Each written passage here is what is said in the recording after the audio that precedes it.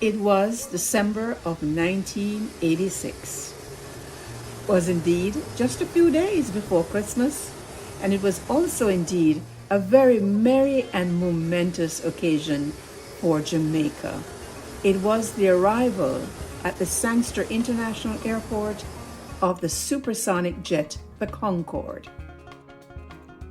Did you know that Concorde, the supersonic passenger jet that captured imaginations around the world, made several visits to Jamaica during its operational life?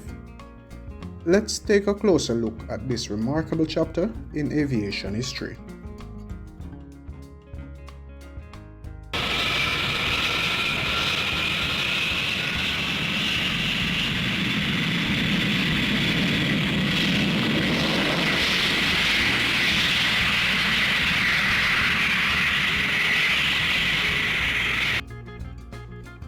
The Concorde supersonic jetliner was a joint project between the British Aerospace and the French company Aeropostale. It flew commercially from 1976 to 2003, and during that time it made several visits to Jamaica, the most popular tourist destination in the Caribbean. 87 winter tourist season. This is a tremendous promotion for the country. It's great for Jamaica, for Montego Bay, Air Jamaica, the tourist board, and the whole tourism industry, because you've seen the sort of excitement it's generated here. It's been picked up on the cameras here. It's been picked up by ABC, Wide World of Sports, a trial. Been shown live to millions of American families. So that this is a tremendous way to start what's going to be the greatest season ever for Jamaica. Harold Gunplay, does this mean that we're supposed to look for a different kind of tourists this year? I think we'll have a good mix of tourists, from those who are very well off right down to those who have less to spend. And I think for us the Concorde is a great achievement.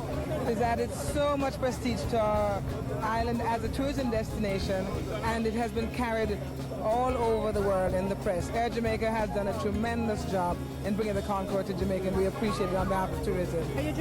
The Sangster International Airport in Montego Bay was one of the airports that Concorde landed at during its visits to Jamaica. The jet's presence generated a lot of excitement and media attention, and it provided a unique travel experience for passengers and aviation enthusiasts alike. Are you Jamaican, sir? Born Jamaican. What was it like flying on the Concorde? I tell you, I've flown just about every plane, commercial plane, but this is the best that I've seen, experienced. From here on in or here on out, it's a Concorde for me. When you say it's the best, what are you talking about? I mean in performance. When the man took, was it Barnett Street? He was coming in on two wheels. All right, always make it here, Jamaica. Glad to see you here, sir. Welcome to Jamaica. Minister of Tourism.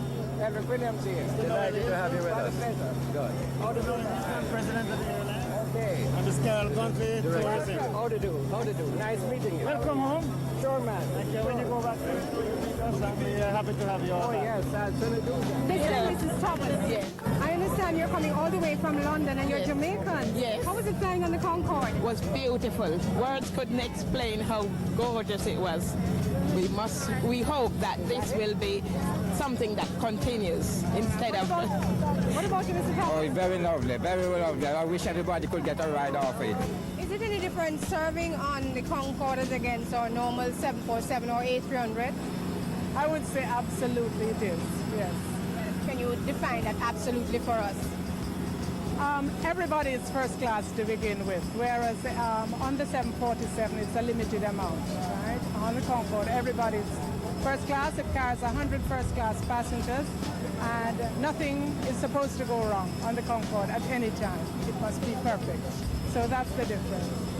All right, you told me you did it one way. Is that how it's going to work for you all the time? Not always. I was on today to observe the service being done on behalf of Air Jamaica. Are you looking forward to it again? Oh yes, sir. Why? It was such a great experience, and I want to invite all Jamaicans to experience the Concorde. Montegonians living in front of the airport invited their neighbors to view the landing from their balconies, and minibuses had specials from Kingston to Montego Bay to see the Concorde. Further notable visits included a 1991 promotional tour by British Airways, during which a Concorde supersonic airliner landed at Sangster International Airport. Another memorable visit was in 2000 when a Concorde carrying Princess Margaret, the sister of Queen Elizabeth II, also landed at the airport. Hundreds lined the waving gallery to greet the Concorde. I came here at about 1:15 with my family, and we are here to see the Concorde because I think it's the first time it's landing in Jamaica, and we feel great about its coming here. To me, I say it's big and so that's why we come and look at it. Oh, it's there. Montagonian? Yeah. I noticed that you and your daughter are here. And son too, the whole family. What are you looking forward to today? To see the Concorde and what it looks like. What in particular are you expecting? You think you have anything in mind that you're thinking about? Well, some people tell me that they use a parachute to stop it, so I'm seeing if it's true. As a Montagonian, how you feel about it? Well, I think this is a good thing. This should happen from a long time, because we have the airport, the capacity to hold the plane, etc. So, this should start a long time ago. The Concorde's visits to Jamaica are a reminder of the jet's enduring appeal. Even long after it stopped flying commercially, it remains an icon of aviation history, and its visits to Jamaica were just one example of the excitement and wonder that Concorde generated around the world. Mr. Brand Simmons, and he's a training coordinator for British Airways. I work out of a base in London, so I come down especially for the first service of any aircraft into a particular city. I think the most important thing as far as Concorde is concerned is that we only have 7 Concordes, and it's an aircraft you can't replace because they don't make them anymore. This is Captain John Cook, and we understand that you have Jamaican connections. Can you tell us about that? Well, I got my mother and my father-in-law's dead now, but Mary and Harold Wildish were missionaries here for ages. Son was Dr. David Wildish, who was up at Claremont as a doctor, and he's now in charge of Jamaica Broilers. My other brother-in-law is Jamaica Broilers, Andy Wildish, virtually built it up to what it is. And then we've got all the Levy side, and now we've got the Turners at Tulloch Mistakes, all married into the family somehow. Last question. The little ones especially are very excited about the supersonic jet. Is there anything in particular that you'd like to tell them about?